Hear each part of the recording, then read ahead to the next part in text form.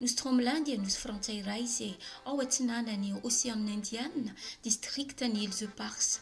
8,7 kilometatra ao andrefany Madagasikara misy azy, 1,7 kilometatra ao avaratry ny La Réunion. Izany vao miresaka hoe Îles Éparses dia ao anaty saina avy hatrany hoe nosy ny Madagasikara, nosy ny Malagasy zany nosy zany. Misy nosy zanazanaka nosy maromaro manodidina ny Madagasikara. Îles Éparses, Tromlan, Diego Garcia, misy maromaro mbola resaka lavabe zay aloha amin'ny vidéo manaraka isika miresaka an'izany satria internationalement dia mbola misy atao ady internationalement tia resaka nosy ity satria mila averina ho an'ny Malagasy, mila ho averina Madagasikara satria any Malagasy le izy. Nosy Tromlan dia tamin'ny 2017 no nahafantarana azy dia sambo iray, sambo frantsay iray, Compagnie des Indes Orientales, l'utile no nahafantatra sy nahita an'ity nosy ity voalohany indrindra. Tamin'ny aliny 1 Jolay 2017 sy 2 Aogositra 2017 dia niala avy tany Bayonne, France, l'utile izay andeha ho any Madagasikara izay amaty resaka araka vary, omby ny Europe. Marina aloha fa ny ty sambo iray ity dia sambo mpamaty ny Europe amin'ny resaka sakafo sy resaka fanaka toy ny porcelaine, toy ny sira, siramamy, kafe sy zavatra madinidinika ohatran'izay. Tonga tany Madagasikara ty sambo ty izay andeha amaty hividy sakafo toy ny omby, toy ny vary, fa rehefa tonga tany kosa izy dia malagasy maromaro no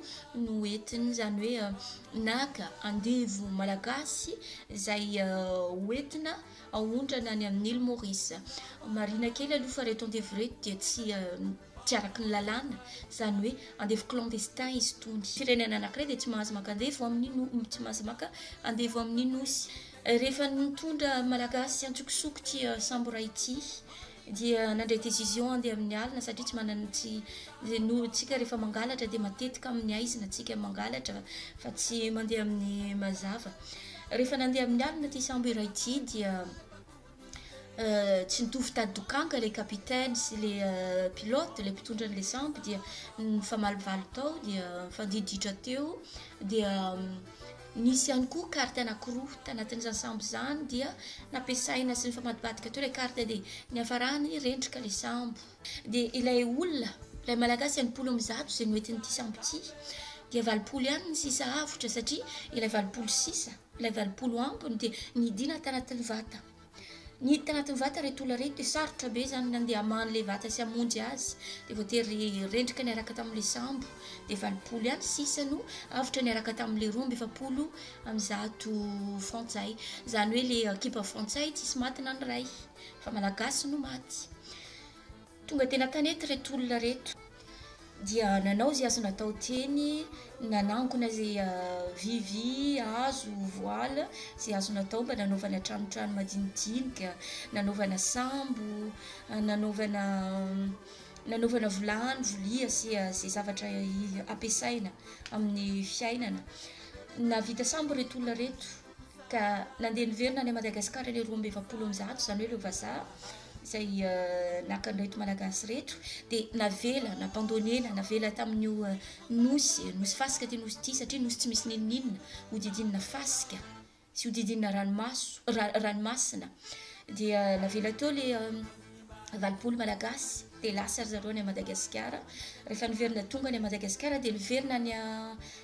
any a France. Azadino aloha fa nanome fausse promesse an'ireto malagasy reto frantsay reto hoe andeha ho any Madagasikara izahay dia tady hevitra hanavotana anareo. 5-10 taona taty aoriana tsy eny mihitsy le resaka fanavotana dia nijanona teo le malagasy dia natao zay azo natao teo, nanao vovo, namboatra zay ninana zay zavatra hita, sokatra,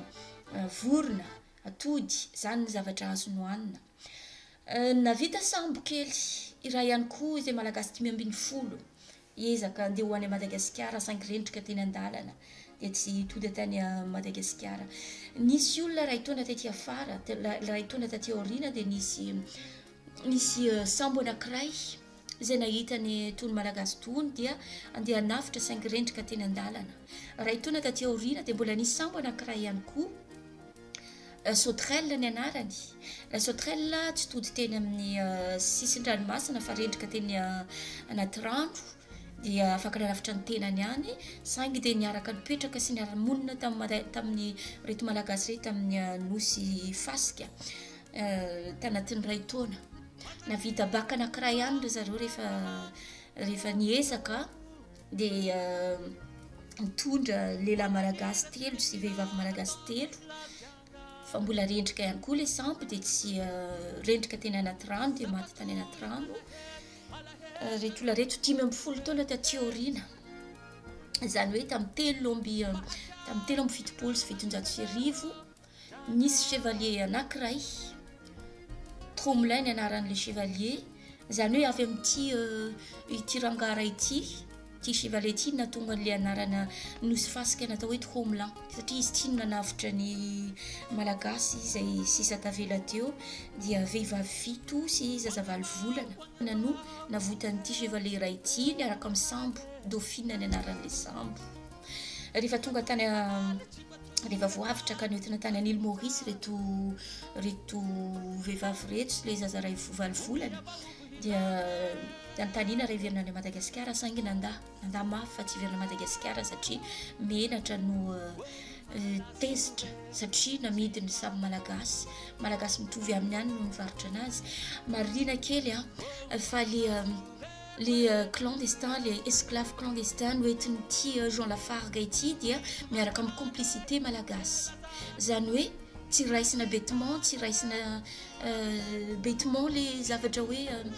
tonga ny frantsay dia andeha aka malagasy fa miaraka amin'ny complicité malagasy no nangalana ny reto malagasy reto izay ho alefa ahondrana antsokosoko ny gouverneur tamin'izany fotoana zany tsy nanaiky hoe anondrana malagasy